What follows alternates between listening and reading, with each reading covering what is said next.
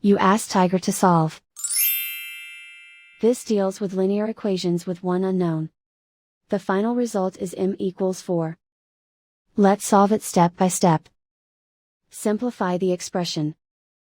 Expand the parentheses. Simplify the arithmetic. Group all constants on the right side of the equation. Add 6 to both sides. Simplify the arithmetic.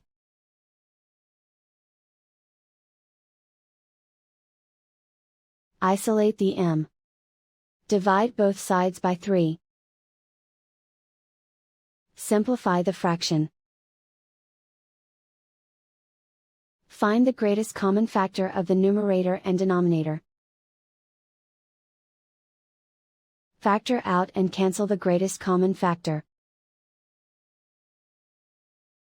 And so the final result is m equals 4.